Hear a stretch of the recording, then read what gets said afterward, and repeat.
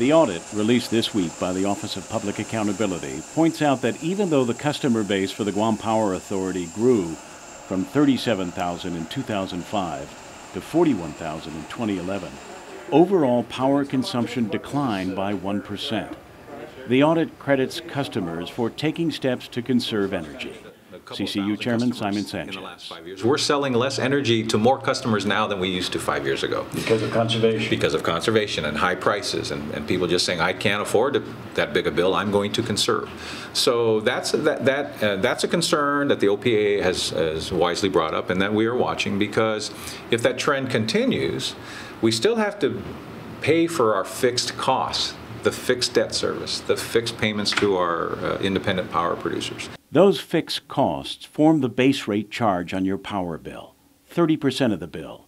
The remaining 70% pays for the cost of importing fuel oil from Singapore to fire the island's generators. If you have declining sales, then that will put more pressure on base rates, and that usually means more rate increases on base rates. That is why the Guam Power Authority is seeking PUC approval for the first base rate increase in 2 years, a 7 to 8% hike stretched out over 5 years.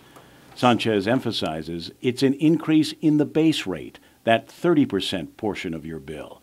It is not an increase in the fuel adjustment charge, the LEAC, which makes up that 70%.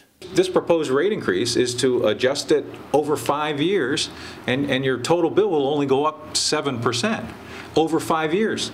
Heck, the LEAC can wipe out a 7%, can create a 7% increase in one period. So oil is still the culprit.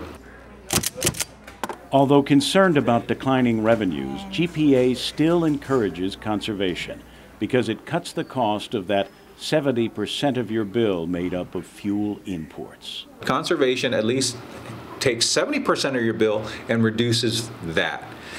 There'll be some pressure on 30% of your bill, but if I have to pick my poison, I'd rather have pressure on a smaller part of my bill to go up a little bit than on the bigger part of my bill that goes up wildly every 3 or 6 months, maybe now every 3 months. 3 months, because part of the rate increase package involves a request to adjust the cost of fuel 4 times a year rather than the current twice a year.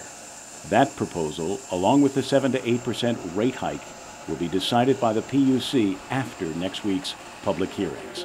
You could see the effect on your power bill as soon as May. Kevin Kerrigan, PNC News.